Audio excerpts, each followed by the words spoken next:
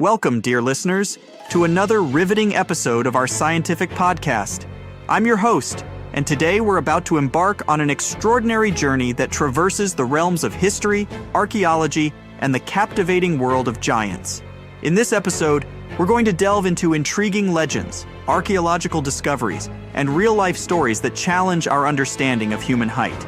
We'll explore the mysteries of the ancient race of giants in Nevada, the enigmatic red-haired Seeteca tribe, and the tallest people in recorded history. We'll traverse the landscapes of time and space, from the rugged terrains of Nevada to the mythical palace of Odysseus, and even into the lives of the tallest living man and woman. Our journey will not just be about the extraordinary, but also about the human spirit that navigates through the extraordinary. We'll learn about the resilience and strength of individuals who live in a world that's not designed for their height. We'll discover how they've turned their unique stature into platforms for promoting understanding and acceptance. So, prepare yourself for an adventure that's larger than life. Get ready to question what you know, to explore the boundaries of possibility, and to immerse yourself in the fascinating world of giants. This is not just a podcast episode, it's a journey into the extraordinary. So, sit back, relax, and let's begin this incredible exploration together. Welcome to our podcast. Now, let's turn the pages of time and journey back to a period steeped in mystery and legend. Picture this, the vast, rugged landscapes of Nevada, where the echoes of an ancient race still resonate. Yes, we're talking about the legendary giants of Nevada, a tale that has intrigued historians and archaeologists alike. This isn't just any legend. This is a story that challenges our understanding of human history, a narrative that has been passed down through generations, whispered around campfires under the starlit Nevada sky. These were not just giants in the metaphorical sense, but beings of enormous stature, towering over the average human, their presence dominating the landscapes they inhabited. The heart of this legend lies in the Lovelock Cave, a place that has become a symbol of these ancient giants. This cave, nestled by the Humboldt Sink in western Nevada, is more than just a geological formation. It's a silent witness to a time long past, a time when these giants, known as the Seeteca tribe, are said to have walked the earth. The legend tells us that these red-haired giants were so colossal that they had to be buried within the cave itself. Imagine that for a moment. Picture the enormity of these beings, their towering figures casting long shadows over the Nevada landscape. The very thought sends shivers down the spine, doesn't it? The Seeteca tribe, a name that resonates with intrigue and mystery, forms a crucial part of the legend of Nevada's giants. This tribe, according to the lore, were not ordinary humans, but red-haired giants who once inhabited the Lovelock Cave. The Seeteca, whose existence is etched in the annals of folklore, were said to be so colossal that the cave itself became their final resting place. The sheer size of these beings is hard to comprehend. Imagine being so towering that they had to be interred within the vast expanse of a cave. It's a thought that challenges our understanding of human dimensions. But the Seeteca were not just known for their size. They were also distinguished by their red hair, a characteristic that set them apart.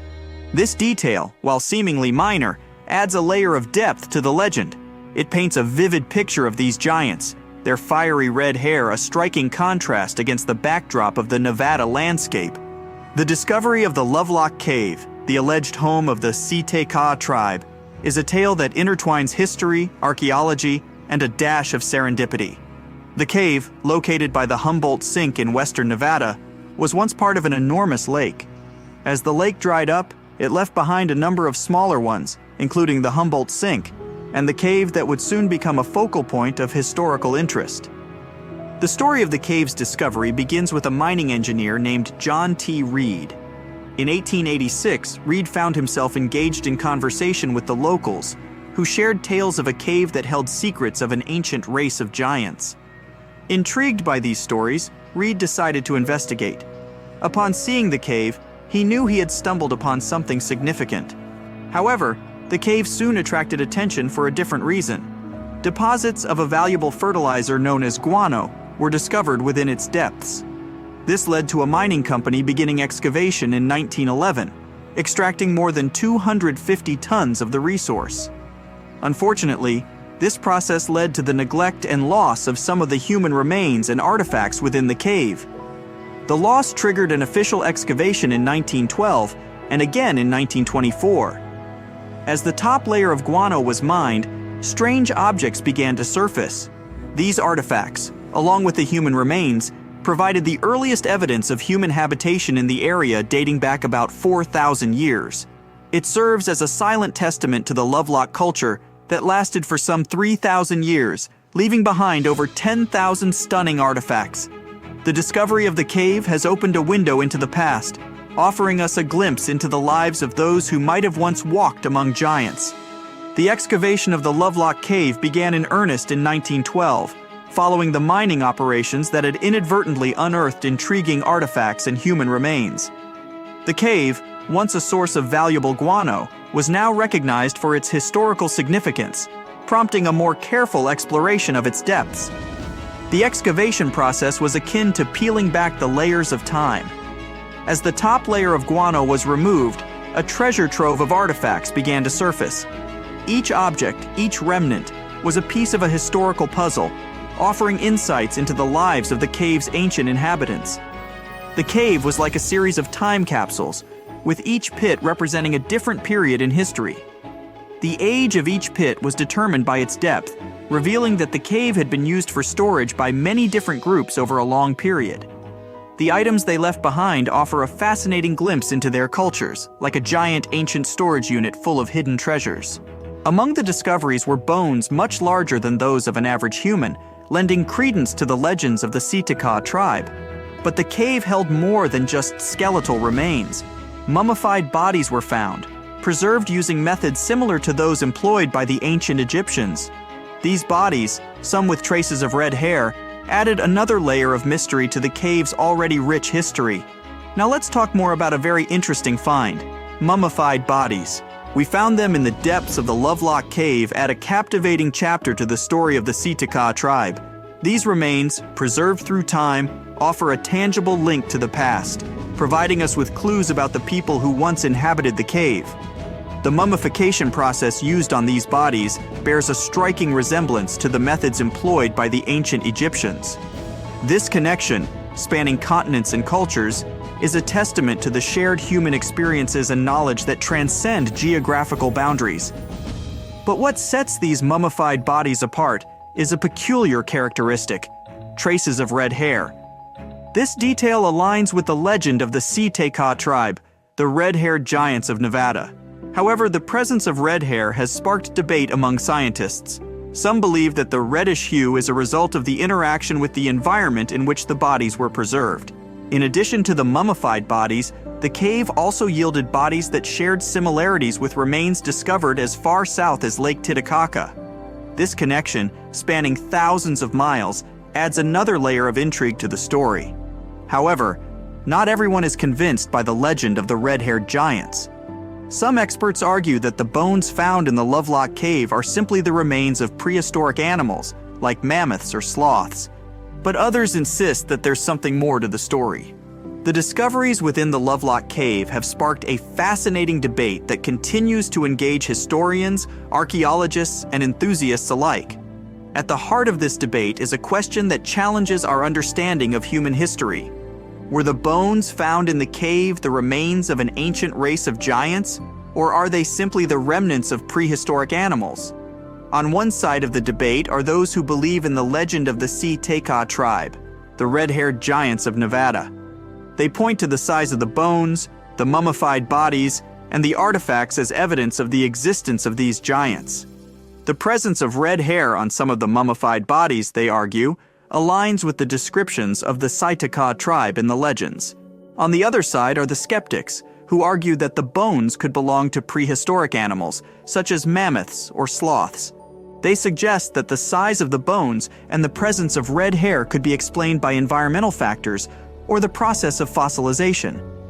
The debate is further fueled by the discovery of other relics in the cave, such as finely crafted baskets and exquisite duck decoys made from tule fibers. These artifacts, while not directly related to the giants, add to the rich tapestry of human history associated with the cave. Also, the Lovelock Cave, Beyond its association with the legend of the Si-Te-Ka tribe is a treasure trove of relics that offer a fascinating glimpse into the past. These artifacts, each with its own story to tell, provide insights into the lives of the people who once inhabited the cave. Among the relics discovered in the cave are finely crafted baskets. These baskets, woven with skill and precision, are a testament to the craftsmanship of the cave's ancient inhabitants.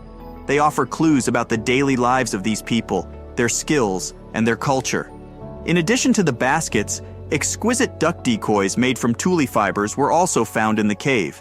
These decoys, crafted with an eye for detail, suggest that the inhabitants of the cave may have engaged in hunting or bird catching. They also highlight the artistic abilities of these people, their understanding of the natural world, and their ability to replicate it. Each relic, from the simplest basket to the most intricate decoy, is a piece of a historical puzzle.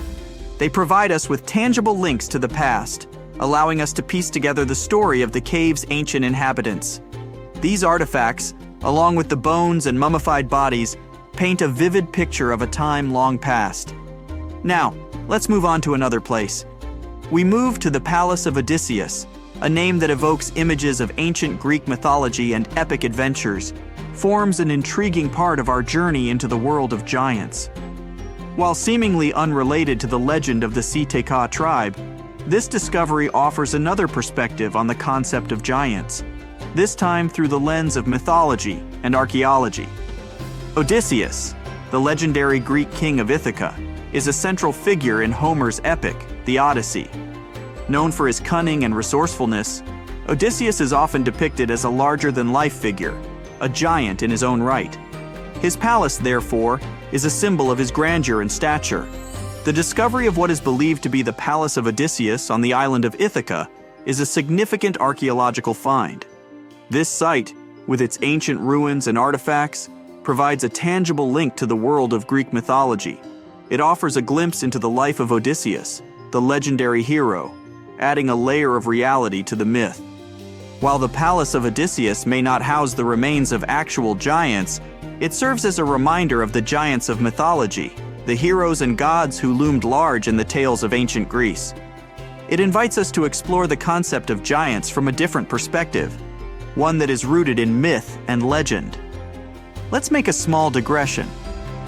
The world of giants is a realm that transcends time and geography, a concept that has fascinated humanity across cultures and epochs. From the red-haired giants of the Si-Te-Ka tribe to the larger-than-life figures of Greek mythology, giants have always held a special place in our collective consciousness. But the world of giants is not confined to legends and myths. It extends into the realm of reality, where extraordinary individuals challenge our understanding of human height. These real-life giants, with their towering stature, offer a fascinating glimpse into the extremes of human growth. One such individual is Robert Pershing Wadlow, the tallest person in recorded history. Standing at a staggering height of 8 feet 11 inches, Wadlow was a giant in the truest sense. His extraordinary height was the result of a condition known as hyperplasia of his pituitary gland, which resulted in an abnormally high level of human growth hormone. But the world of giants is not just about height. It's about the challenges, the triumphs, and the human experiences that come with living in a world that's not designed for people of such stature. It's about the resilience and strength of these individuals, their ability to navigate a world that often views them with awe and curiosity. Let's talk about specific people and their stories. Robert Pershing Wadlow, also known as the Alton Giant, was a figure who truly lived up to the title of a giant. Born in Alton, Illinois in 1918, Wadlow's extraordinary height was evident from an early age. By the time he was 8 years old, he was already taller than his father. Wadlow's growth was due to a condition known as hyperplasia of his pituitary gland, which resulted in an abnormally high level of human growth hormone. Despite his towering stature, Wadlow was known for his gentle demeanor and humility. He was a beloved figure in his hometown of Alton, where he was known for his kindness and his willingness to participate in community events. Wadlow's life was not without challenges. His extraordinary height brought with it a host of health issues, including a lack of sensation in his feet and difficulty with mobility. Despite these challenges, Wadlow lived his life with grace and dignity, refusing to let his height define him. In addition to his life in Alton, Wadlow also toured with the Ringling Brothers Circus, where he was billed as the tallest man in the world. Despite the spectacle of the circus, Wadlow was always keen to emphasize his normality, often stating, "I'm just like everyone else, only taller." Wadlow's life, though cut short at the age of 22, left a lasting impact. The Alton giant, with his gentle nature and towering stature, continues to be a source of fascination and inspiration, a true giant in every sense of the word. But let us tell you about the tallest man history has known. The title of the tallest living man currently belongs to Sultan Kösen from Turkey. Born in 1982, Kösen stands at an incredible height of 8 feet 2.8 inches. His extraordinary growth, like Wadlow's, is due to a condition known as pituitary gigantism, which results in an overproduction of growth hormone. Kösen's height has brought with it a unique set of challenges and opportunities. Everyday tasks, such as getting into a car or walking through a door, can be difficult. However, his height has also opened doors to unique experiences. In 2009, his life changed when he was declared the tallest living man by the Guinness World Records. This recognition brought him global attention and made him a cultural ambassador of sorts. Despite the challenges that come with his height, Kösen maintains a positive outlook on life. He has used his stature to spread a message of acceptance and understanding, reminding us that it's our differences that make us unique. But both of the past two were men. What about the tallest woman?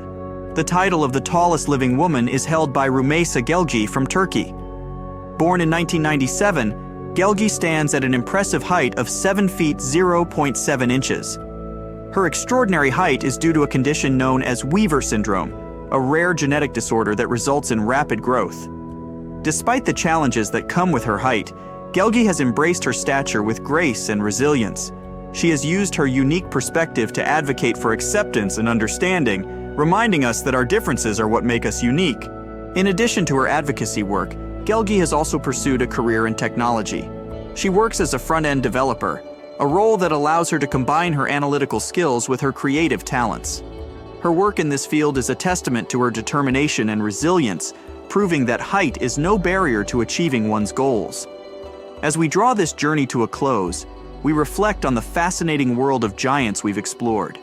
From the legends of the Si-Te-Ka tribe and the archaeological wonders of the Lovelock Cave, to the real-life giants like Robert Wadlow, Sultan Kösen, and Rümeysa Gelgi, we've delved into a realm that challenges our understanding of human height. Each story, each discovery, has offered a unique perspective on the human experience. They've invited us to question, to explore, and to keep an open mind as we seek to understand our past and our present. They've reminded us of the diversity of human experiences and the extraordinary resilience of the human spirit. Whether they are the giants of legend or the giants of reality, these towering figures continue to captivate our imagination. They invite us to explore the boundaries of possibility and to celebrate the diversity of human experiences. As we look forward to our next episode, we carry with us the stories and the lessons we've learned from the world of giants. We look forward to continuing this journey of discovery, exploring new realms, and uncovering more fascinating aspects of our world. Until then, keep questioning, keep exploring, and keep an open mind. In the UK, there are around 115,000 mailboxes, with some of them placed in questionable locations. Look here, we're on a deserted stretch of Caithness Moorhead, and here, just smack dab in the middle of nowhere, between the quarry and some moorland, stands a solitary mailbox. It was local teacher Chris Aitken who stumbled upon this oddity near Worth Hill, close to John O'Groats. Now, John O'Groats is a tiny village 2.5 miles northeast of Canisbay, in the historic county of Caithness, Scotland. The village itself is popular with tourists, but only houses around 300 people on a regular basis, and they have their own mailboxes there. So why would someone need one on a random hill? When Chris shared a photo online, someone chimed in with a theory. A while back, an entrepreneur was selling tiny parcels of land near Campster, claiming buyers became lairds with their little plots. Could this mailbox be related to that? Now, the box, proudly labeled Laird of John O'Groats, features the name Thorsten Sommer and an address in Germany. There's a PIN number on the front, but when Chris opened it, all he found was a website link. The site has pics of Sommer waving a Scottish flag and talking about his love for Scotland, even calling himself the Old Scotsman. Chris tried reaching out through the website for more info, but hasn't heard back. It might be linked to Sommer's reported purchase of a tiny patch of land, but buying Scottish laird titles is often seen as a fraud, giving no real title at all. The area around Worth Hill has had some recent police action too, after a body was found nearby. Ooh, could that somehow be connected to this mysterious mailbox too? Well, enough of the detective stories. Let's dive into some high-end fashion, shall we? So, you might have come across that funky image popping up all over the internet, claiming there's a pop-up Prada store in the Texas desert. Well, it's kind of true and kind of not. Yes, there's a shop, sort of. It showcased a whole range of Prada gear worth around $80,000. And guess what? Miuccia Prada herself hand-picked the items. But still, you couldn't buy a single thing there. No cashiers, no shop assistants. It was like the place was permanently closed. The twist? It's actually an art installation. Made entirely of biodegradable materials, it was designed to gradually blend back into nature, taking a fun jab at our current consumer culture. But why display goods you can't actually buy? Well, it's a metaphor for the elusive charm of luxury. While it was meant to decay in peace, the hype surrounding it led to a surprising amount of foot traffic and even some chaos. After trying to fend off a few would-be thieves, the artist had to admit defeat. Now it's a hotspot for photos, drawing everyone from tourists to celebrities. Right, you can find a brand purse in the desert, but can you, let's say, find a car somewhere in Welsh caves? Well, the answer is yes, and let me tell you, it's not just one car, but many of them. The Cavern of Lost Souls is a well-known abandoned car cave tucked away in Wales. Once upon a time, it was a slate mine in Ceredigion, where workers pulled out tons of slate and transported it using narrow-gauge horse-drawn tramways. But as the mining industry faded away decades ago, the mine fell into a hush. If you dare go inside, which I personally do not recommend, you'll find two large chambers, but one is particularly noteworthy. The main chamber plunges around 65 feet deep and is mostly underwater, with just a small opening above. Since the mine shut down, locals and the council have taken advantage of that opening, tossing in all sorts of unwanted stuff. You'll find everything from fridges and TVs to even whole cars piled up in one corner. What makes the Cavern of Lost Souls special is the single beam of light that breaks through, casting its glow on the twisted heap of wrecked cars and metal. The water, when hit by that light, glows a stunning turquoise green, creating beautiful reflections of the cars and cavern walls on the still surface. Every now and then, a fragment of slate falls, shattering the quiet and sending ripples across the water. There was yet another weird find in Wales. A shiny 10-foot silver monolith recently popped up on Hay Bluff in Powys, Wales, and it's sparking a ton of curiosity. A local builder, Craig Muir, discovered it during his hike, and he described it as looking like it just dropped down from space. It's made of surgical steel, has no markings, and is super well crafted without visible welds. Muir's find is reminiscent of those mysterious monoliths that popped up worldwide in 2020, creating quite a buzz online. Local Richard Haynes suggested it could be some kind of scientific installation, but with national park rules against unauthorized structures, it might not be there for long. With no visible tracks around it, Muir speculated it could have been brought in by a group or even dropped from a helicopter. Now, this isn't the first strange monolith sighting. Similar ones have been spotted in Utah, the Isle of Wight, and even Glastonbury Tor, where one was humorously marked, "Not Banksy." However, it could be easily him. The UK is the leading country in terms of the number of Banksy's pieces of art. As of 2023, there were 70 of them. No wonder, as he is reportedly British and was born in Bristol. The Atacama Desert in northern Chile, the driest non-polar desert on Earth, features a bizarre sight at kilometer mark 1309 on the Pan American Highway, a giant cement hand that towers 36 feet above the sand. Looks creepy, right? Well, worry not. It's not some creepy monster trying to grip you and take you to the netherworld. It's not an ancient relic from a lost civilization either. A professional sculptor created this quirky landmark back in 1992. Despite its remoteness, the hand is frequently targeted by graffiti, so local volunteers must clean it up twice a year. And by the way, it's not the only landmark of this kind. The very same sculptor also created a similar hand in Punta del Este, Uruguay, called Man Emerging to Life, and it represents the idea that a giant might be holding South America in a stone grip. Hey, works for me. Now check out this giant stone sphere hidden in the forest of Bosnia's Visoko Valley. What do you think? Is it an ancient relic or a modern art installation? Share your thoughts in the comments. But to be completely frank with you, which I always am, nobody really knows for sure. Experts think this sphere, which measures around 10 feet across, is just a naturally occurring rock formation called a concretion. These iron-rich balls get their reddish color from the high iron content and form when mineral particles stick together over time. While concretions can take on some pretty wild shapes, the exact process of how they form is still a bit of a mystery. Then there's this archaeologist, often called the Bosnian Indiana Jones, who claims it's actually a man-made artifact from over 1,000 years ago. Spherical concretions aren't unique to Bosnia, though. You can find them all over the world, like these boulders in New Zealand, massive round stones that are over 60 million years old. There are also cannonball concretions in North Dakota. And let's not forget about the man-made stone spheres crafted by the Diquis people in Costa Rica, which are perfectly shaped and arranged, definitely a testament to human creativity. So while the Bosnian sphere is super intriguing, it's probably just an ancient concretion and not a remnant of a lost civilization.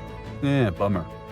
Finally, some things are so well hidden that you have to go deep down into the seafloor to get a glimpse of them. Once a hedonistic hotspot for the Roman elite, Baia was like the Las Vegas of its time, but now its ruins are submerged underwater. This resort city thrived on volcanic hot springs and attracted the likes of Nero and Caesar, who even built vacation villas there. However, in the 8th century, Baia lost a battle and was abandoned by 1500. As the water levels rose, much of the city was lost beneath the bay. Today, you can explore Baia's ancient ruins in one of the few underwater archaeological parks in the world. Hold your breath. Now, we wouldn't call this island mystical unless there were tales of giants living here. The island of Gozo in Malta is the backdrop of an ancient legend. Malta is an island country located in the Mediterranean Sea, just south of Europe. It's a very strategically located archipelago. Throughout history, it was ruled by many different societies, such as the Phoenicians, Greeks, Romans, and Carthaginians. One cold night, thousands of years ago, a farmer noticed the sky turn orange, then red, when he heard a loud thump. Although the ground seemed to be moving, this wasn't an earthquake. When he looked toward the woods, he saw a giant silhouette, taller than the trees. As he fearfully approached, he realized it was a woman, a giant woman.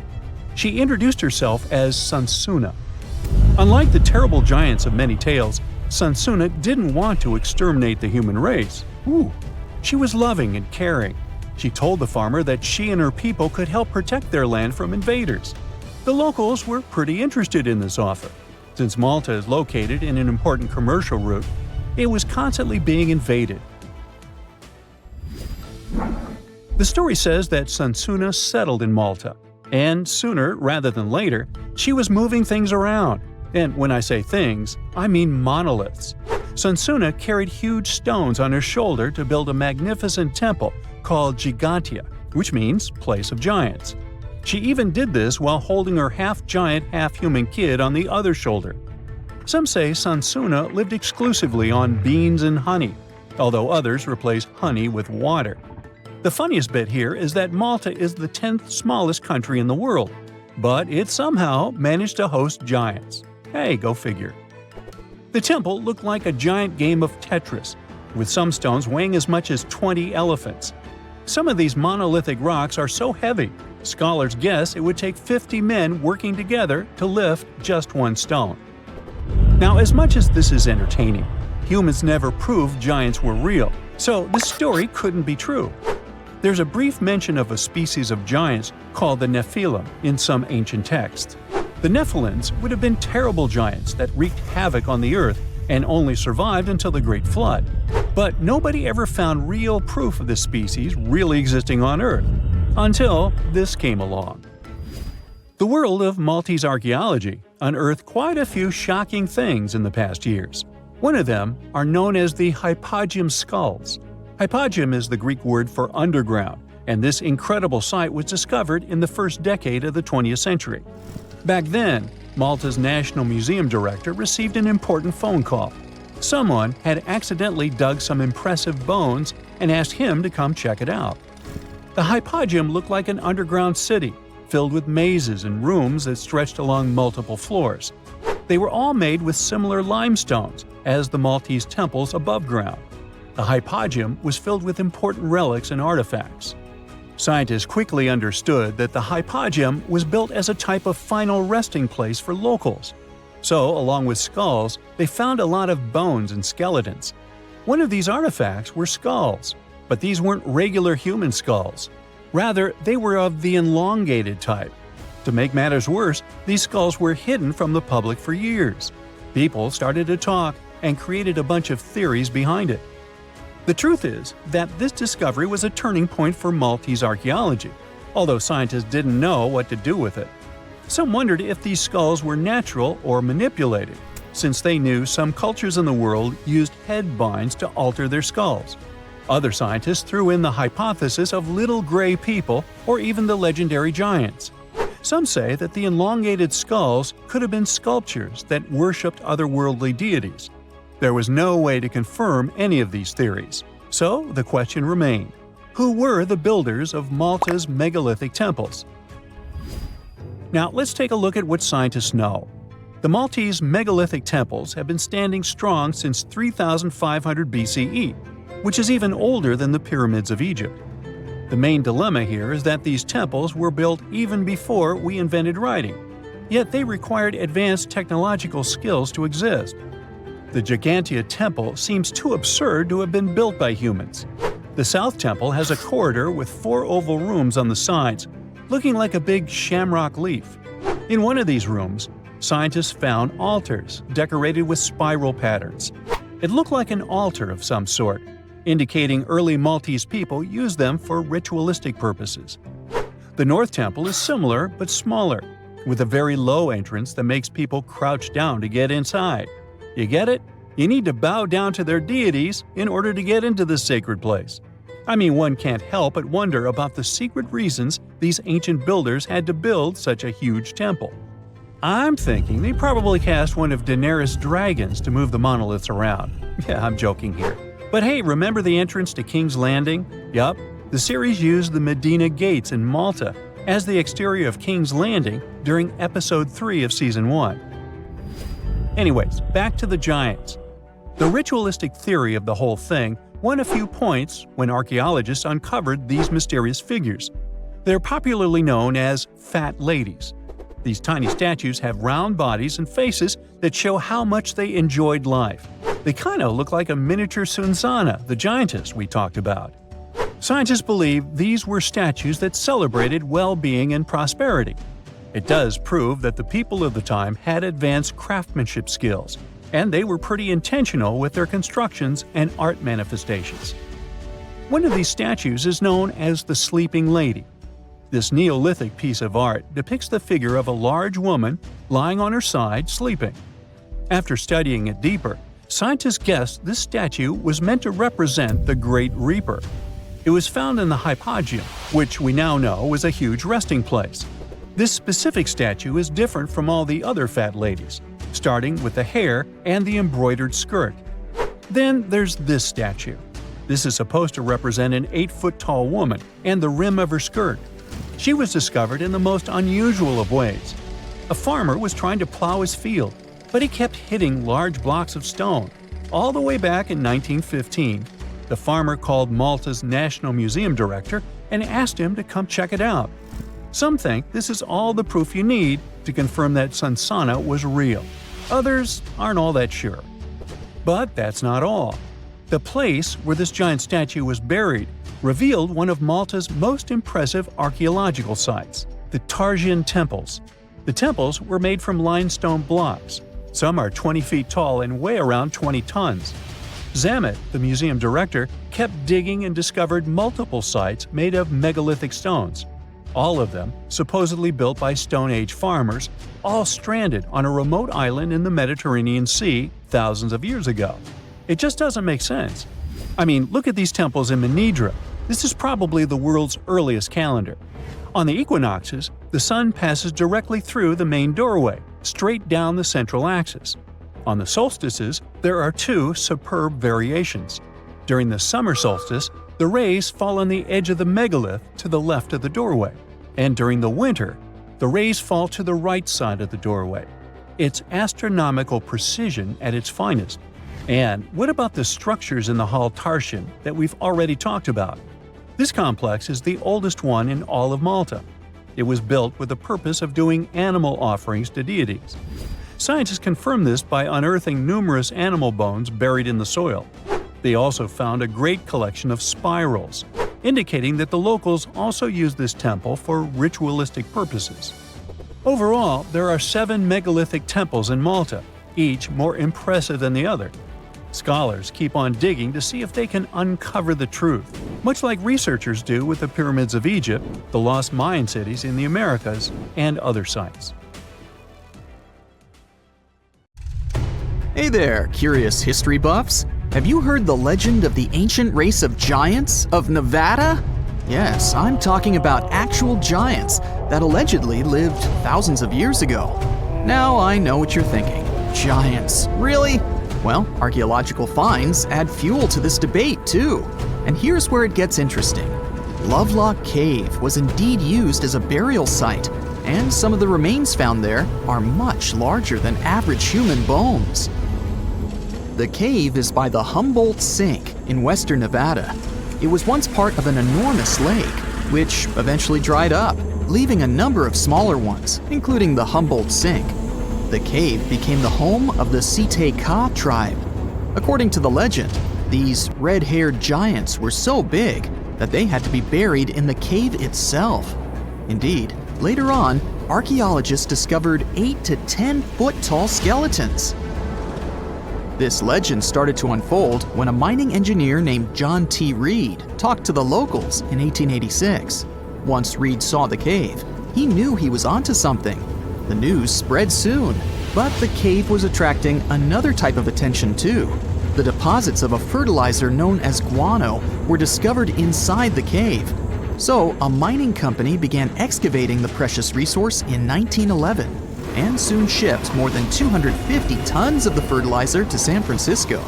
Unfortunately, some of the human remains and artifacts were neglected and lost in the mining process. This led to an official excavation in 1912 and 1924. After the top layer of guano had been mined, strange objects started to surface. Around the area, the earliest evidence of human habitation dates back about 4,000 years. The Lovelock culture lasted for some 3,000 years, and they left us with 10,000 stunning artifacts. The pits in the cave were like a series of time capsules hidden at different depths. Archaeologists determined the age of each pit by its depth. It turns out that many different groups used the cave for storage over a really long time, and the things they stored there give us a really cool glimpse into their cultures. It's like a giant ancient storage unit full of hidden treasures. What have the researchers found besides the giant bones, you might ask? Some other bodies were mummified using a method similar to the one applied by ancient Egyptians. These remains also had something in common with the bodies discovered as far south as Lake Titicaca. Both mummies had some red hair. Yet, there are scientists who believe this reddish hue is the result of the interaction with the environment in which the bodies stayed. So, while the story of the red-haired giants may be a wild and intriguing tale, not everyone is convinced. Some experts believe that the bones found in Lovelock Cave are simply the remains of prehistoric animals, like mammoths or sloths. But others insist that there's something more to the story. Other relics, such as finely crafted baskets and exquisite duck decoys made from tule fibers, were also found there. In any case, this cave is worth the attention it gets. By the way, you can still visit this cave today and see the pits of different depths with your own eyes. But let me tell you one thing, it's in a hot, dry, and isolated place. Archaeologists have made another discovery that seems to be straight out of a legend. They think they found the palace of the one and only Odysseus, who was the legendary Greek king of Ithaca and the hero of Homer's epic poem. Move over, Indiana Jones. We've got some real-life adventure happening here from around 1300 BCE. Apparently, this is the only palace mentioned in Homer's epic poems that hasn't been found. The excavations have been made on the Ionian Islands, and the view from the ruins found on the island of Ithaca are exactly as described in the Odyssey, says the professor who led the excavation team. Known to the ancient Romans as Ulysses, the Greek hero took 10 years to return home to Ithaca after the fall of Troy. For many years, Homer's other epic, called the Iliad, which tells the story of the protracted siege of Troy by the Greeks, was regarded as a myth too. But then, in the 1870s, Troy was rediscovered in modern-day Turkey's Çanakkale city. So, if they found Troy, who's to say they couldn't find Odysseus's home? The researchers were following Homer's words as a roadmap. The excavation site has a building complex with 2 levels. It has important finds such as storerooms and workshops, a complicated drainage system, and fragments of pottery. It also has a well from the 8th century BCE, which is around the time when Odysseus is believed to have been the king. Yet, not everyone is convinced that the team has actually discovered the home of Odysseus. A British researcher named Robert Biddlestone insists that Homer's description of ancient Ithaca isn't very similar to the island that now has its name, and that Odysseus's kingdom was actually on the Isle of Cephalonia. However, Italian archaeologist Adriano La Regina might have a more realistic approach to this debate. He says that whether this find has a connection to Ulysses or not, what's more important is the discovery of this royal palace. Once upon a time, in a land far away, the Klamath Indians spread a legend about the creation of Crater Lake. Okay, maybe this land is not that far away, and it still exists. You can find it in south-central Oregon, in the western United States. Anyway, the legend has it that this lake was formed in a vicious battle between 2 volcanoes, Mount Mazama and Mount Shasta. Then the spirits of Earth and the Sky, which are Lao, who ruled the below world, and Skel, the chief of the above world, joined the fight. It turned into a geological drama. During the battle, darkness veiled the land. The fight was over when Mount Mazama collapsed and sent Lao back into the underworld. Then the rain filled the pit and created a lake in the place where the mountain had once stood. Flash forward to our time. Scientists have discovered that Mount Mazama did erupt 7,700 years ago. Artifacts found in the area prove that the legend indeed contains some details about the explosion. The tale says that red-hot rocks were flying through the sky. This happened during the volcanic eruption that caused the mountain to collapse. This created the volcanic caldera, which later on got filled with water. What makes this legend came true story unusual is how long it has existed. According to researchers, these types of verbal stories lose their credibility within 600 to 700 years. That's why the legend about the creation of Crater Lake is so unique. So many generations, for hundreds of years, have been accurately passing down the information. This volcanic crater lake is now in a national park. It's famous for its deep blue color. The water in it is extremely clear. If you visit it today, the water you'll see won't be the same as for someone who will visit the place 250 years later. Because there are no rivers flowing into or out of the lake, the existing water evaporates and the lake gets filled again by rain and snowfall. Basically, every 250 years, the water is replaced. Plus, This lake is almost 2,000 feet deep, which makes it the deepest lake in the United States. Swimming is okay in the lake, but there's only one legal and safe trail to get to the shore. There are other activities, such as fishing and boat tours. Shared human experiences, such as birth, marriage, and aging, may explain why certain tales are shared globally. Similar struggles and obstacles faced by humans around the world generate similar themes in traditional stories about love, parenting, and mortality. So, do you have legends or tales you've heard of from your grandparents? Who knows? Maybe your ancestors, too, witnessed a cool historical event. Strange and amazing items are discovered often, but figuring out what our ancestors were up to is pretty tough. Especially when all you have are just some rusty cups and cave drawings. It's no surprise that even the experts in lab coats sometimes make mistakes. But it's not just about dusty plates and huge stones. Sometimes there's even humans with large heads. So grab your digging tools and let's travel back to ancient times to explore incredible societies that even scientists can't fully explain. Sardinia may look idyllic now, but I'm not gonna lie, I wouldn't fancy visiting it 3,000 years ago. Rumor has it, terrible giants roamed around this island back then. People even talk about finding human skeletons over 13 feet tall there, although nobody's ever shown anything to prove it. But the stories will make you wonder because some weird stuff has definitely happened. In 1974, over 5,000 pieces of broken stone artifacts were found in a part of the island called Monte Prama, but instead of being displayed in a museum, they were locked up in an underground vault for about 30 years. Sounds a bit suspicious, doesn't it? When they were finally displaced in 2005, scientists put the pieces together to find statues of 38 giant men standing 8 feet tall. Not quite as tall as the legendary skeletons, but still pretty huge. It's thought these statues were made by the Nuragic people, who lived on the island a long time ago. Besides giant statues, they also built over 8,000 massive stone buildings.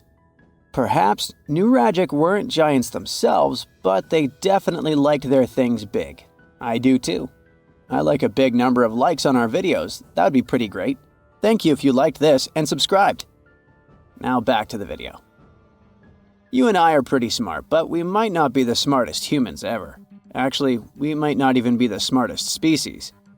Since 1913, some skull fossils found in South Africa have hinted at a possibly smarter contender called Boskop man. This human-like species might have lived as recently as 10,000 years ago. Their skull suggests they had really big heads, which means their brains could have been 30% bigger than ours. Wow! Their average IQ could have been around 149, making them among the smartest 0.05% of people today. But if a Boskop brainiac was so much smarter, why are they not around and we are?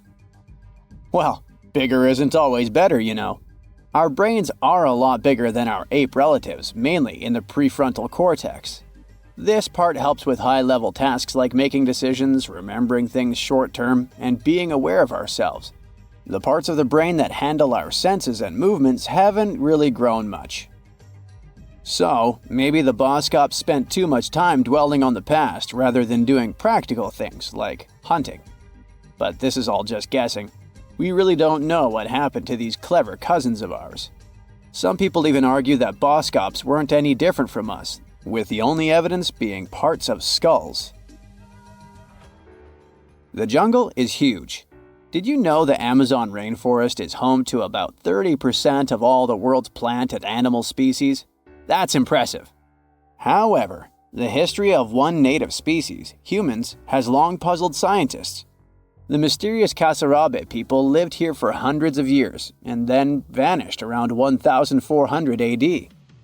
People thought the Amazon only had a few scattered tribes, but recently we discovered big, unusual shapes in the ground called geoglyphs. These might look like simple, shallow ditches, but they're actually the remains of a vast civilization that spread over 5,000 square miles and includes about 450 markings, some as wide as 1,300 feet. That's insane! They likely contained ceremonial buildings and could have hosted up to 1 million people as recently as 550 years ago. Thanks to new technology like LiDAR, which uses a safe laser to map the forest without harming it, we can explore deeper.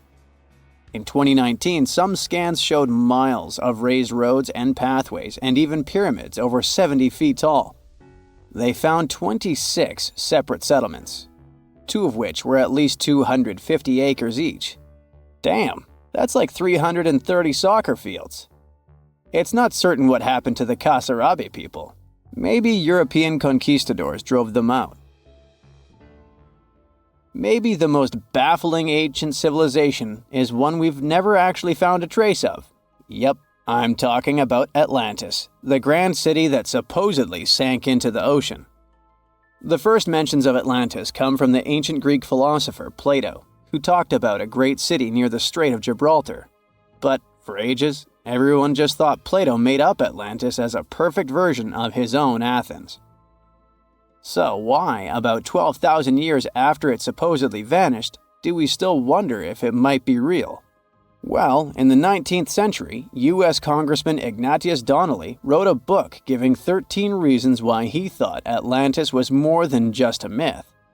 Then, in 1965, some folks thought they actually found Atlantis when they discovered the Richat structure, a massive 25-mile-wide dome in Mauritania, Africa. It's so big that you can see the whole thing from space. 2 astronauts flying over the Sahara Desert spotted this giant eye staring back at them and thought they'd made the discovery of a lifetime. Unfortunately, there's no solid evidence linking this structure to Atlantis.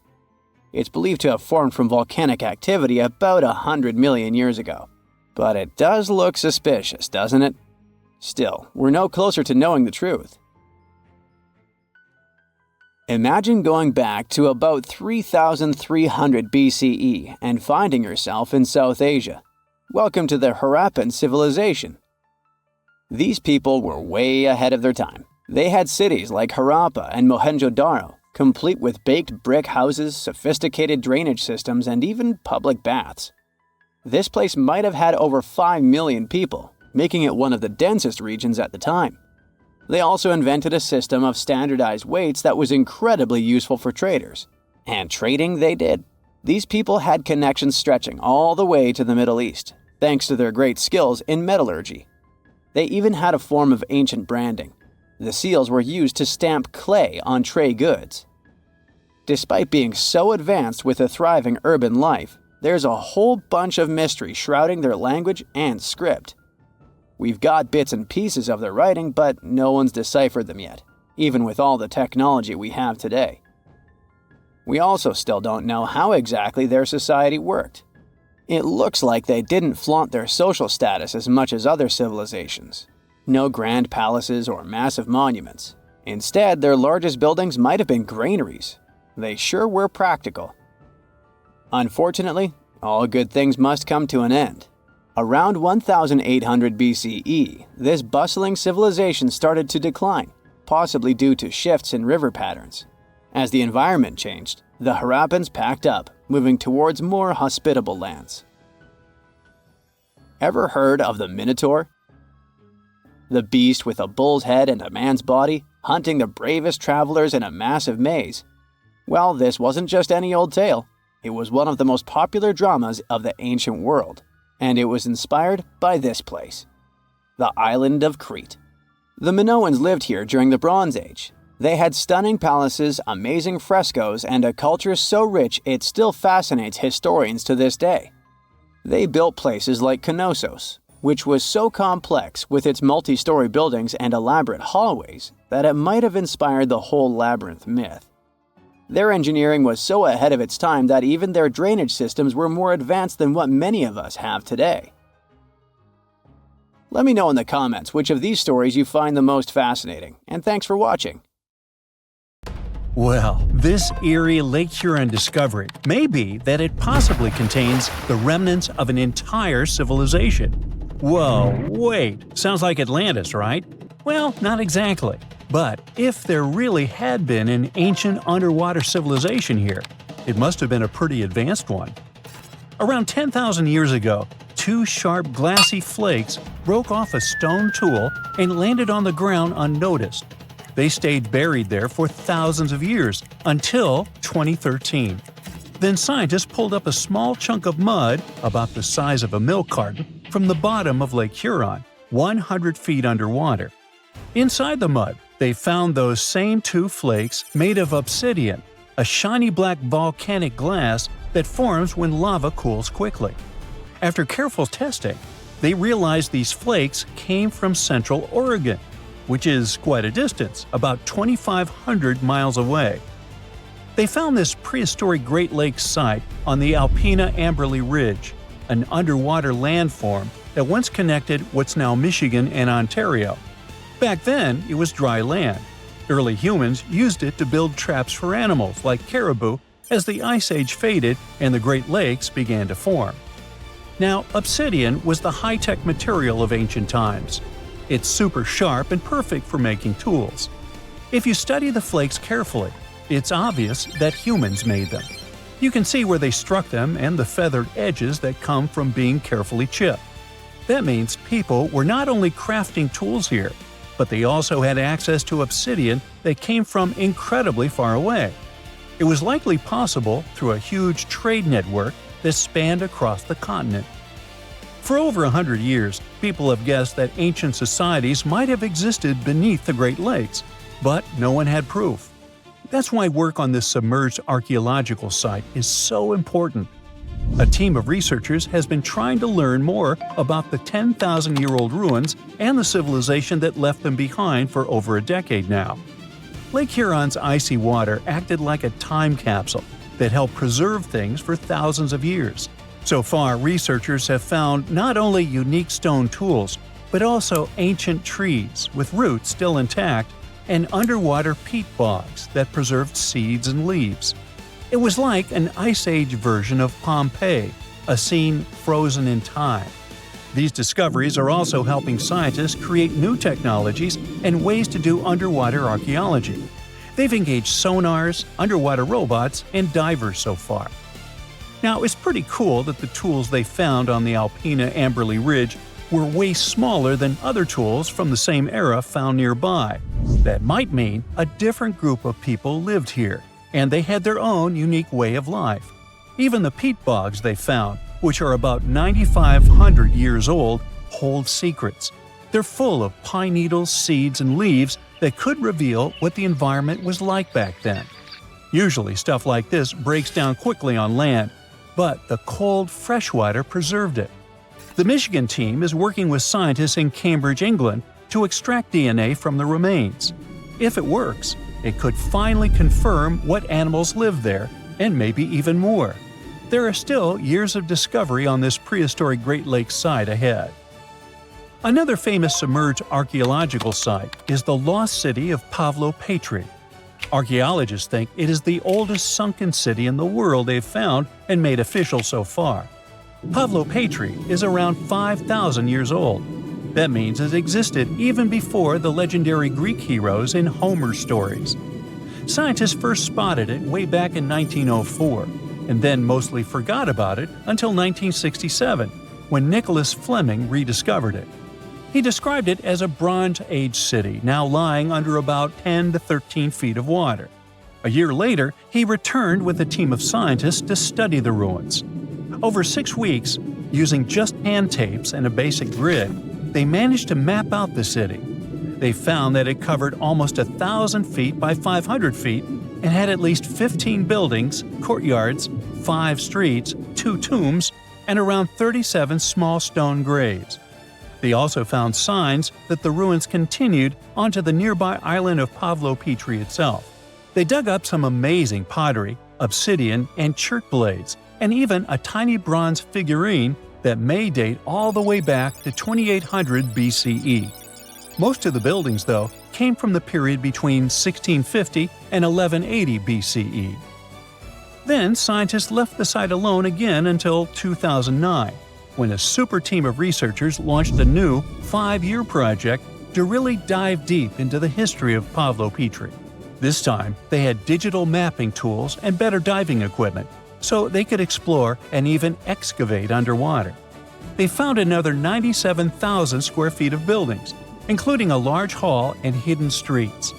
Plus, they dug up even more pottery that showed people had been living in the city from about 3000 BCE to 1100 BCE, and that the city once had a population of 500 to 2,000 people. No one knows for sure how the city ended up underwater, but many scientists think it was because of an earthquake, maybe around 1000 BCE, or even as late as 375 CE. Because it's the oldest underwater city ever found, some people even believe Pavlo Petri might have inspired the legend of Atlantis. Another contestant for the Atlantis title lies near Japan. Back in 1986, a local diver was exploring the waters near the Ryukyu Islands when he found a giant structure made of perfectly shaped steps and sharp edges. It was 82 feet underwater. Today, the Yonaguni Monument is one of the most mysterious underwater sites on the planet. The structure is nearly half a football field in size. It looks like a massive stone pyramid with layers of platforms and steps stacked one on top of another. No one really knows where it came from or who built it. Some experts think the monument might be more than 10,000 years old, which would make it older than the Egyptian pyramids. One theory is that it could be the last remains of a lost civilization called Mu, a mythical Pacific society kind of like Atlantis. Others believe an ancient culture that lived in Japan as early as 12,000 BCE might have built it. But many scientists and geologists are skeptical about this possible underwater ancient civilization, even though Yonaguni has narrow passageways, arched openings, and right angles that almost look like city blocks. They say that the site looks a lot like natural rock formations, like the Giant's Causeway in Northern Ireland, for example. The whole monument is still connected to a bigger chunk of bedrock, which means it wasn't built piece by piece. And the way the layers of rock are stacked probably has more to do with earthquakes and tectonic movement. It's located in the very active Pacific Ring of Fire. One marine geologist kept going back down there, and every time he found something new.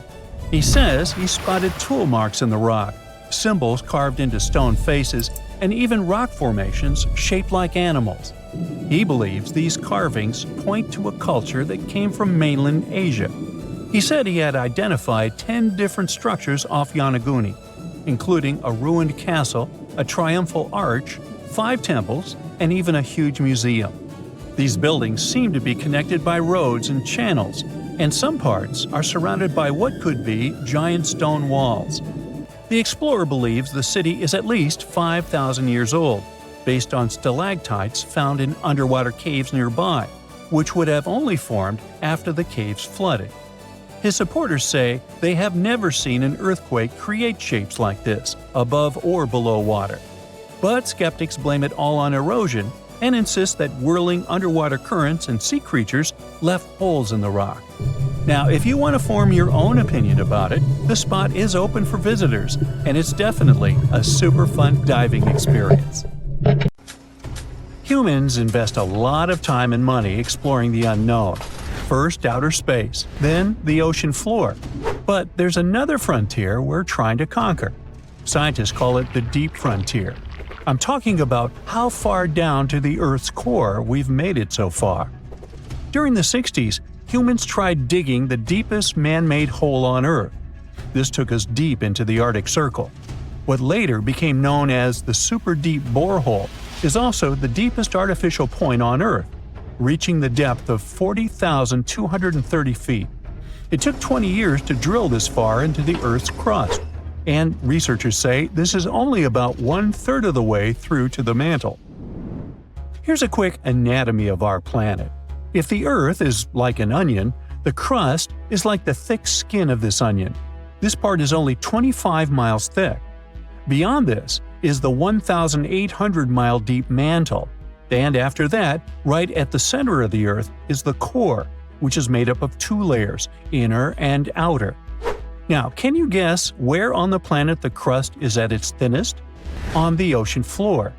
When American scientists understood that, they started drilling holes on the seabed. This gave way to Project Mohole. It began in 1961, but their technology to drill deep holes on the ocean was really bad. They had to improvise. They installed a system of propellers along the sides of their drill ship to keep it steady over the hole. The main challenge was to drill as vertically as possible. Otherwise, that deep hole would look more like a deep maze. Both the Kola Super Deep Borehole project and the Project Mohole came to an official stop in the years that followed. But hey, humans have built some pretty deep stuff underground. In 1963, a Turkish man took a swing with his sledgehammer to improve his basement and discovered a tunnel. That tunnel entrance led to more openings that connected a multitude of halls and chambers. He didn't know it, but he had discovered Deringoyu. This once lost city was up to 18 stories tall and 200 feet deep. The city was large enough to host 20,000 people, and it was simply standing beneath Cappadocia in Turkey the whole time. Cappadocia hosts hundreds of subterranean dwellings. 40 of these underground cities are at least 2 stories high, but none of them are as huge as Deringoyu. There's not a lot of historical accounts of how Deringoyu was born. Some speculate that the oldest part of the complex was dug about 2000 BCE by the Hittites. The Hittites were an Indo-European civilization who formed one of the first major civilizations of the Bronze Age in West Asia. Scholars think they built this underground city to protect themselves from invasion.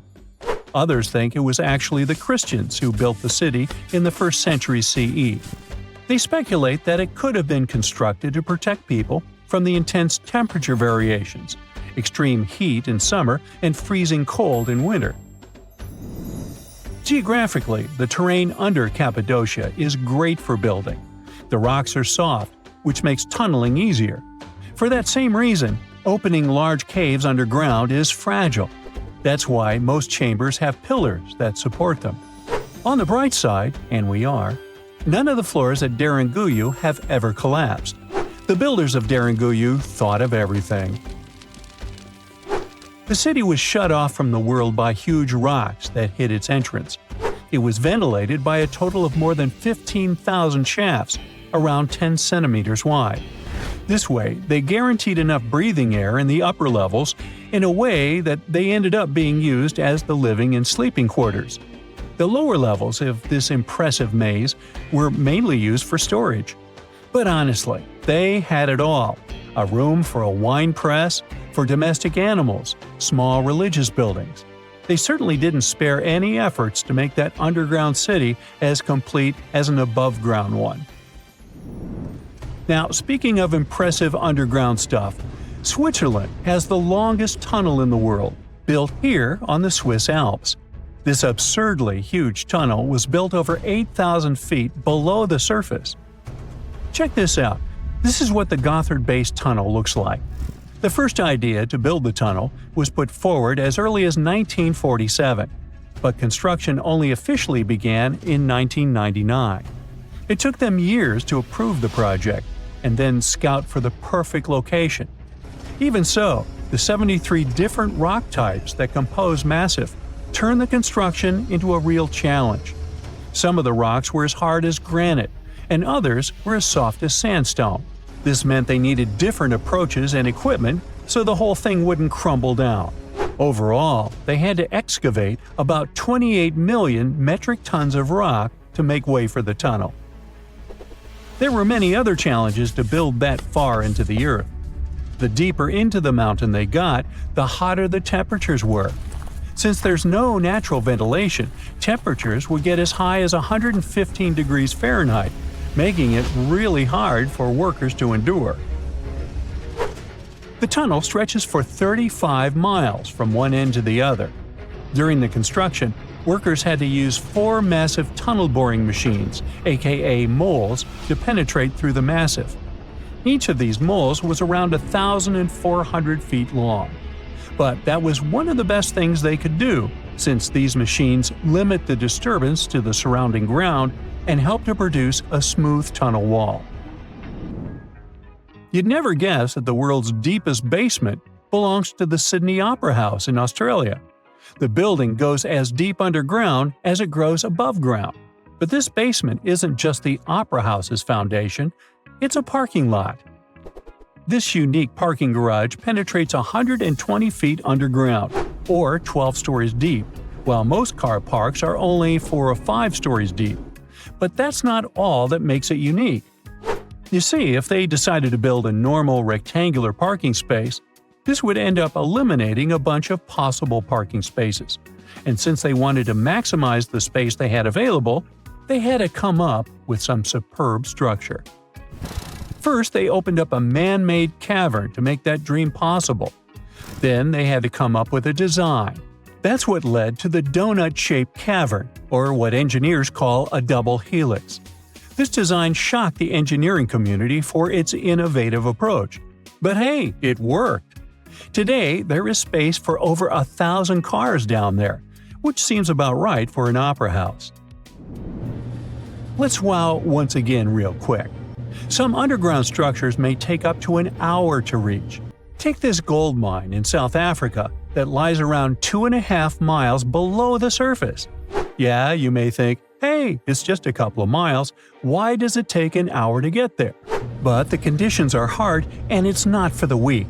But Milan Ladina, an Ecuadorian runner, even completed a half marathon there, despite temperatures reaching 104 degrees Fahrenheit, high humidity at 80%, and an atmospheric pressure of 1.4, comparable to what divers experience 5 meters under the sea. Yikes. There's this interesting ancient site near St. Louis, Missouri, that a lot of people don't know about. It's called Cahokia, and it used to be a huge city with up to 20,000 people living there back in the 11th century. It's full of these massive earthen mounds that were built by hand, and the biggest one is still there today, at the Cahokia Mound State Historic Site. Even though we don't know everything about this civilization, researchers have been able to piece together some information from the remains they've found. For starters, they found some pretty old teeth at this site. After studying their appearance and structure, scientists suggest that a lot of different indigenous groups lived there. About a third of them came from other areas in the middle of the continent, which they figured out by studying the different levels of various substances in the teeth. And get this, the way the mounds are arranged shows that this was actually a planned-out city, not just a bunch of villages grouped together. The rulers lived on top of the mounds, while everyone else lived in other structures. It's amazing to think that they were doing things like farming, hunting, logging, pottery, and weaving, all within this one giant city. Right in the middle of Cahokia, there was this giant mound that was about 100 feet tall, and around it, there was this huge wooden fence. Inside the fence was the city center, which had a big open space called a plaza. Archaeologists think that the plaza was designed to represent the 4 cardinal directions of the world. It was like the people who built it wanted to create a place that was in harmony with the universe. The center of the city was where they held ceremonies and events, and it was such a big deal that people from outside Cahokia would come to be a part of them too.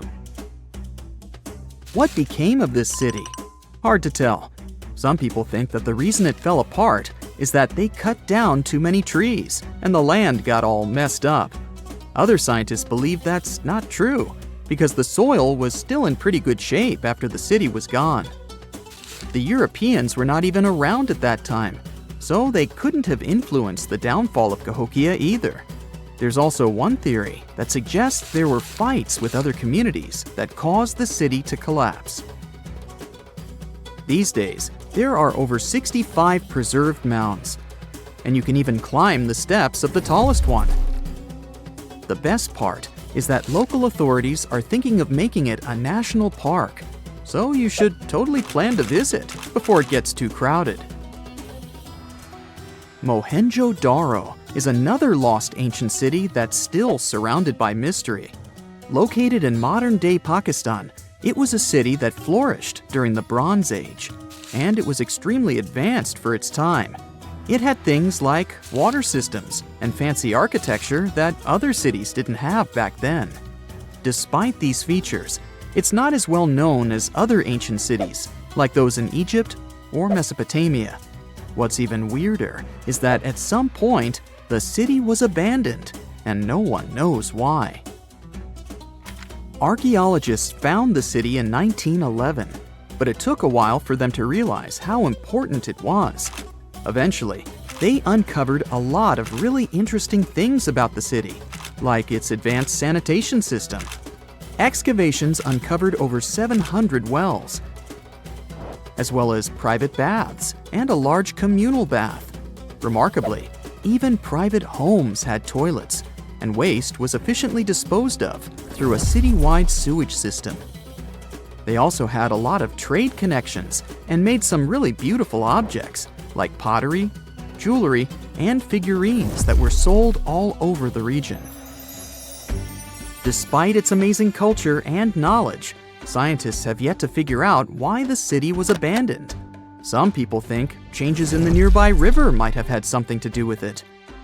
The writings that the people of Mohenjo-Daro left behind are still a complex code, even for the most skilled specialists, making it even harder to piece together their history.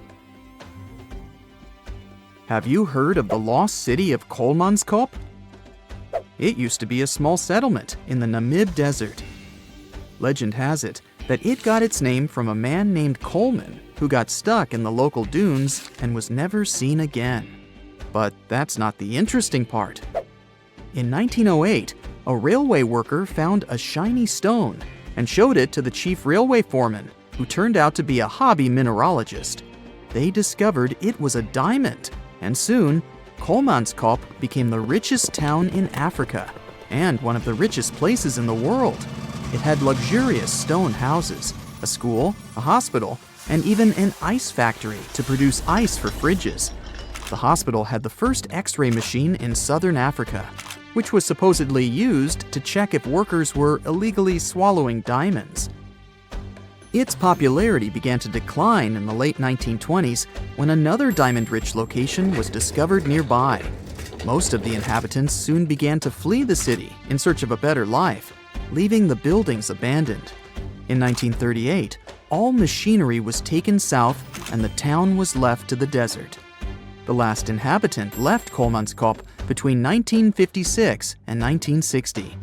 The hot climate and low humidity have preserved the structures over time, and tourists can now visit this desert ghost town. You've surely heard about this next ancient city, Machu Picchu. It's this incredible ancient location in Peru. It stretches across a huge piece of land in the Andes Mountains and sits high above sea level. It's even considered one of the wonders of the modern world. But here's the thing. Scientists aren't exactly sure what it was used for. It could have supported up to 750 people, but there aren't a lot of human clues left behind. Some people think it was more of a spiritual or ceremonial place, while others believe it may have been like a fancy spa retreat for the nobles.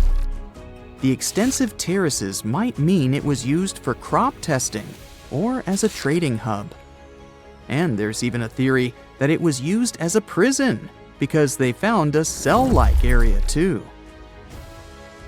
It's amazing that even today, archaeologists and historians are still puzzled about how it was built. Did you know that they probably didn't even use wheels for transportation? And those massive granite rocks were somehow pushed up the steep Andean mountains, even though most of them weighed a lot. Some historians think that hundreds of people worked together to push each rock up the peak. The huge stones at Machu Picchu are also so close together that you can't see any cracks between them. It's pretty cool because it also makes the area safe during earthquakes, which is important since Peru is a shaky country. But how did the stones stay put during all those quakes? They actually move a little bit, but then they go back to their original spot, almost like they're dancing. Some people think wet wooden wedges were used to keep them in place, but that doesn't really add up, considering how big the structures are. Locals back then also seem to have built Machu Picchu without using any pack animals or iron tools. They had to sculpt and put everything together using mostly their hands. Plus, the citadel is built on a fault, so they had to move a bunch of stone and earth to make it flat. Scientists also think that the real construction is actually underground because of the deep foundations and drainage system. In fact, there's a hidden water system that was just recently discovered using 3D scanning. They didn't even use mortar to put the granite blocks together. They were so precise that you can't even fit a sheet of paper between them. One theory suggests that people that lived there used stone tools made of a harder material than the stone they were cutting. At some point in its long and very interesting history, our dear planet Earth was sort of snoozing, just doing its planetary thing, spinning around the sun. And then, bam, life starts getting fancy. Plants and animals start strutting their stuff, showing off their complexity. Fast forward a bit, about 65 million years ago to be exact, and a cosmic disaster strikes, or at least that's what we presume. An asteroid probably smashed into Earth, wiping out the dinosaurs and other big animals. We can't pinpoint specifics about the asteroid, but we do know that it was extremely large and it crashed into our precious planet, creating a dusty mess that settled everywhere. You can still find remnants of that dust layer in sedimentary rocks today. If you dig beneath it, you'll uncover a whole bunch of fossils. These prehistoric creatures were living it up before the asteroid crashed the party. Think of it as the planet going on a cleaning spree, leaving a bunch of empty spaces waiting to be filled. And guess who took the opportunity? Mammals! These furry little critters were the ones to rise to fame. But why is it that this disaster became such a great opportunity for mammals? It's pretty simple, actually. With no big bullies around, they grew, multiplied, and had a population expanse. All kinds of mammals joined to fill in the blanks. Primates, rodents, basically, the whole furry gang. We're talking about placental mammals, marsupials, and even egg-laying mammals, adding some serious variety to the mix. We like to think of primates as our closest relatives here on Earth. What's their story? Well, around 63 million years ago, just a couple of million years after the dinosaurs' final dance, the primates decided it was time for a family reunion. They split into two groups, the dry-nosed primates, who became the cool monkeys and apes we know today, and the wet-nosed primates, who went off to become lemurs and aye-ayes, hey-hays. The fun didn't stop there. About 58 million years ago, the dry-nosed primates began their own little mission. One special guest called the tarsier, arrived on the scene, featuring big eyes that were perfect for late-night shenanigans. This tarsier took a different path from its primate relatives, embracing its unique niche and evolving separately. To this day, the tarsier is the only primate that feeds exclusively on meat. These little guys have a taste for insects, small birds, rodents, and even lizards. But that's not all that makes them unique. Their eyes are twice the size of their brains. Also, their heads can do a full 180-degree spin, just like an owl. Because of their features, the tarsiers are the true kings and queens of the night. With their superpower of ultrasonic tracking, they can spot their prey instantly. Plus, their legs and feet are like springs ready to launch them into action. They've got this special ankle bone called the tarsus, which gives them those epic leaping skills. Hence the name, if you were wondering. But let's leave these little critters to rest and get back to our story, shall we? About 55 million years ago, the Earth cranked up the heat, literally. This sudden hot pod was a bit too much for many deep ocean dwellers and plants to handle, and they bid their farewells. But hey, every goodbye is an opportunity for something new, right? The oceanic mammals known as cetaceans, saw their chance and took it. They splashed into those empty niches, becoming the rulers of the sea. In this category of creatures, you can find the blue whale and the dolphin. A special primate guest made an appearance around 47 million years ago. Scientists now affectionately call the fossil of such a creature Ida. This little wonder caused quite a stir, initially hailed as the missing link in human evolution. But here's the hilarious part. It turned out Ida was not one of us dry-nosed primates, but a cheeky wet-nosed one. Moving forward to 40 million years ago. This is when another big event happened in the primate world. The New World monkeys, our distant cousins, decided to take a different path and branch off from our lineage of Old World monkeys. They packed their bags and set off to conquer South America, where they're still living it up today. What's the difference between the two, you might ask? Well, one crucial thing that sets them apart is the fact that the Old World monkeys had nostrils that pointed downwards. Around 25 million years ago, another troop of apes entered the scene, and these guys had something special: the lack of a tail. These unique creatures would go on to become our closest relatives. We're talking apes and great apes, the cool gang who share a whole lot of genetic similarities with us. The first ape to break free from the monkey madness was the gibbon. About 18 million years ago is when this little acrobat swung into the picture. A few million years later, the great apes made their grand entrance too. Orangutans were the pioneers, venturing into the wilds of southern Asia. We're getting closer and closer to the present. It was 7 million years ago when the great apes took a major fork in the evolutionary road. One path led to our ancestors, the future Homo sapiens, and the other path led to chimpanzees and bonobos. These two primate branches remained united for a few million years before finally going their separate ways. 5.6 million years ago, a game-changing ape called Ardipithecus made its way into our evolutionary history. It had a special talent, bipedalism. That's right, this was one of the first apes to walk on 2 feet, probably making its primate buddies raise an eyebrow or two. The real showstoppers, however, arrived around 4 million years ago, the Australopithecus crew.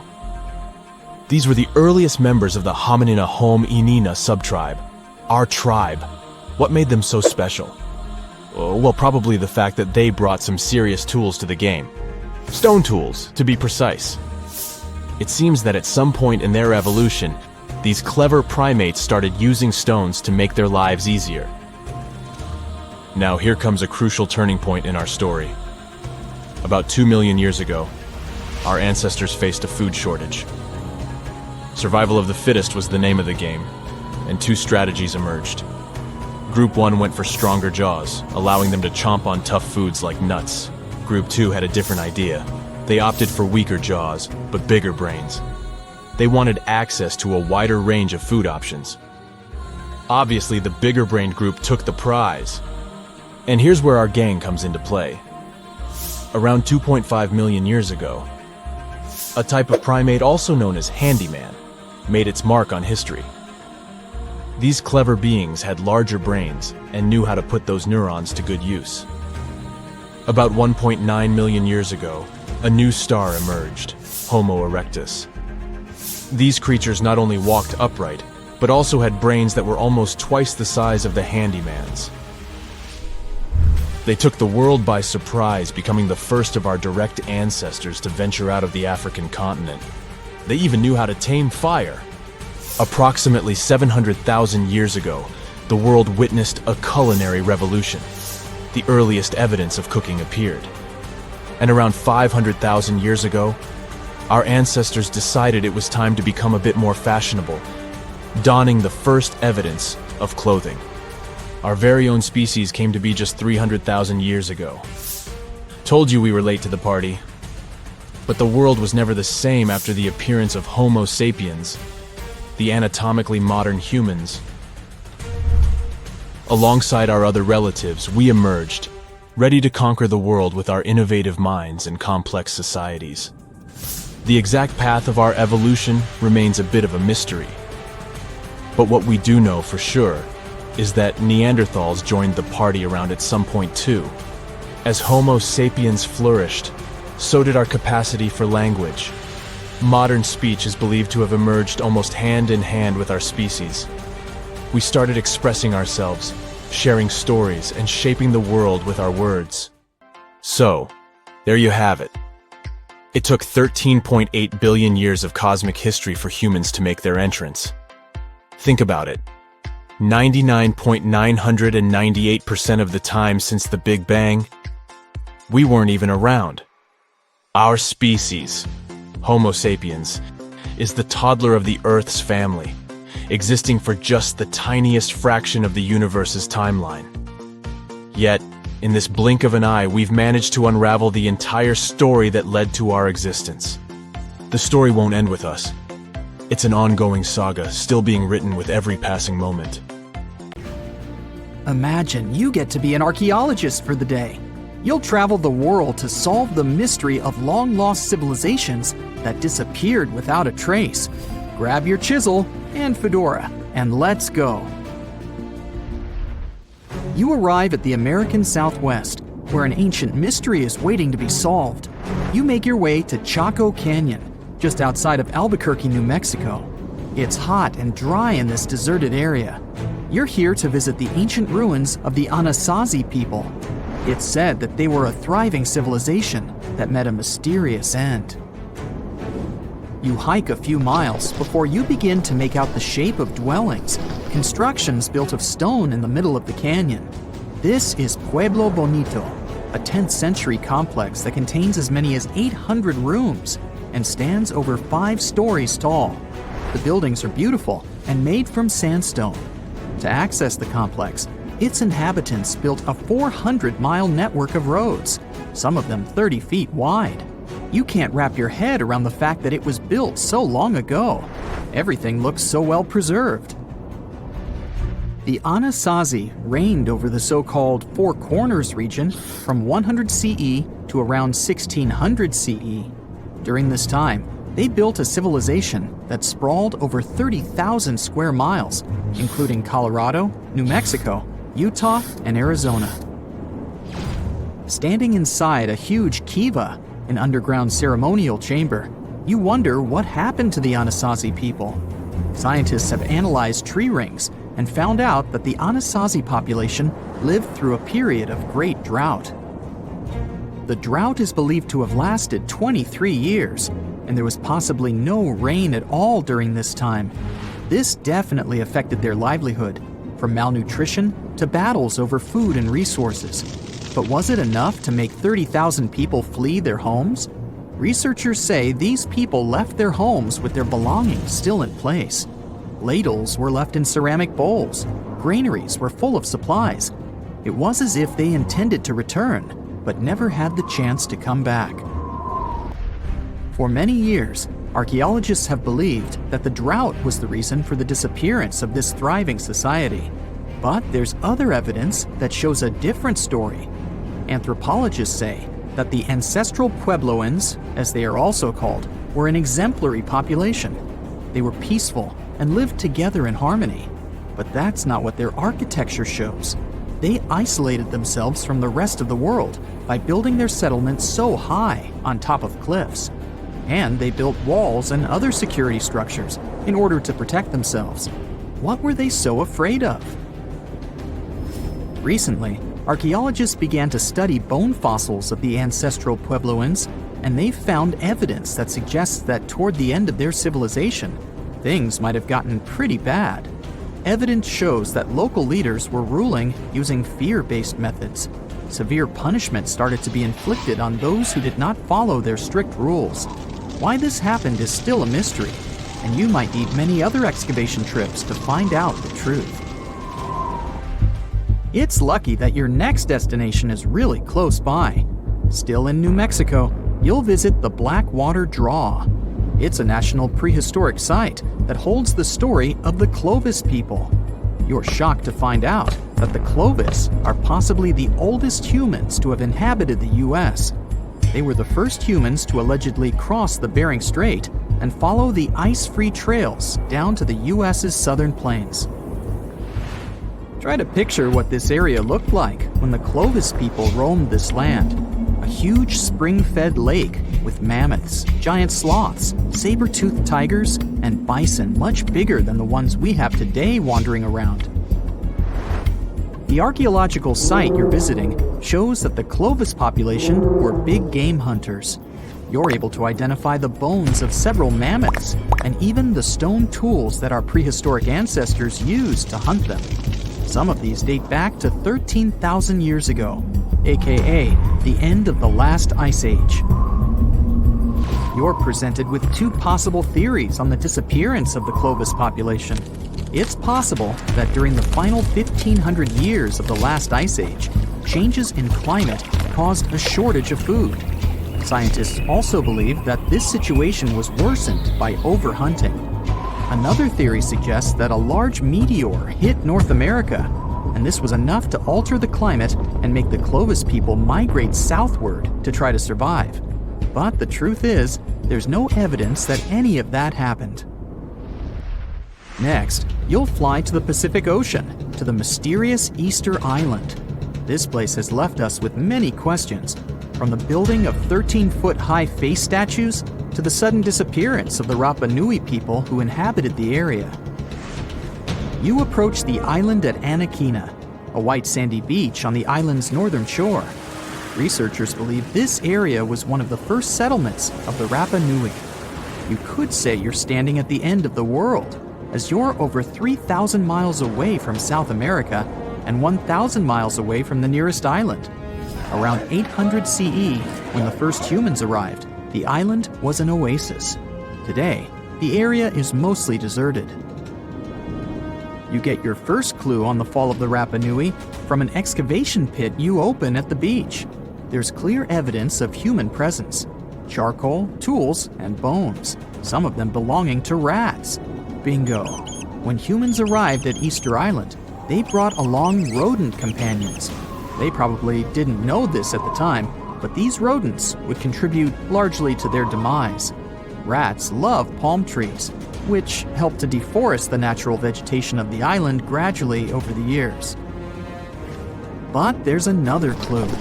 Looking into genetic data, you discover that South Americans came into contact with the Rapa Nui around 1722. What might have happened to this population is the same that happened to other more isolated groups. The contact with foreign groups brought about diseases that possibly led to the end of the Rapa Nui. To finish off your trip, you're headed to Cambodia. The country was once home to the Great Khmer Empire from the 9th century CE to the 15th century CE. The ruins of this place are magnificent. Your main excavation site is the Plains of Angkor, built alongside the Mekong River. This huge site was the most important Khmer city at the time. Just FYI, Angkor actually means capital city in the Khmer language. The Khmer were able to build a huge network of roads connecting Angkor with the rest of the empire. And it's believed that up to 1 million people were spread throughout the Khmer Empire at its peak days. It was the largest pre-industrial city in the entire world. It's comparable in size to modern-day Los Angeles, just so you can get an idea. The Khmers were also master builders and engineers. They managed to build a complex irrigation system that helped their rice farming through the centuries. And to connect their cities, they built almost 500 miles of intricate highways and bridges. Oh, and not to mention the complex architecture of their religious buildings, such as Angkor Wat, one of today's most visited tourist sites in Cambodia. It took over 30 years to build, and it spreads over almost 500 acres. Back in the day, its towers were probably decorated with gold, but today, the site is a maze of vine-covered temples. Like your fellow researchers that came here before you, you're unsure of what caused this civilization to be wiped off the map. One possible guess has to do with the climate in the region. Strong monsoons might have caused massive floods and severe damage to the infrastructure, especially to the water system the Khmer people heavily relied on to survive. But another reason could have been regional conflict and immigration. Toward the end of the 15th century, the empire started to decline in numbers, and this could have weakened its strong power. You might not go home with many answers, but you've certainly learned a lot, huh?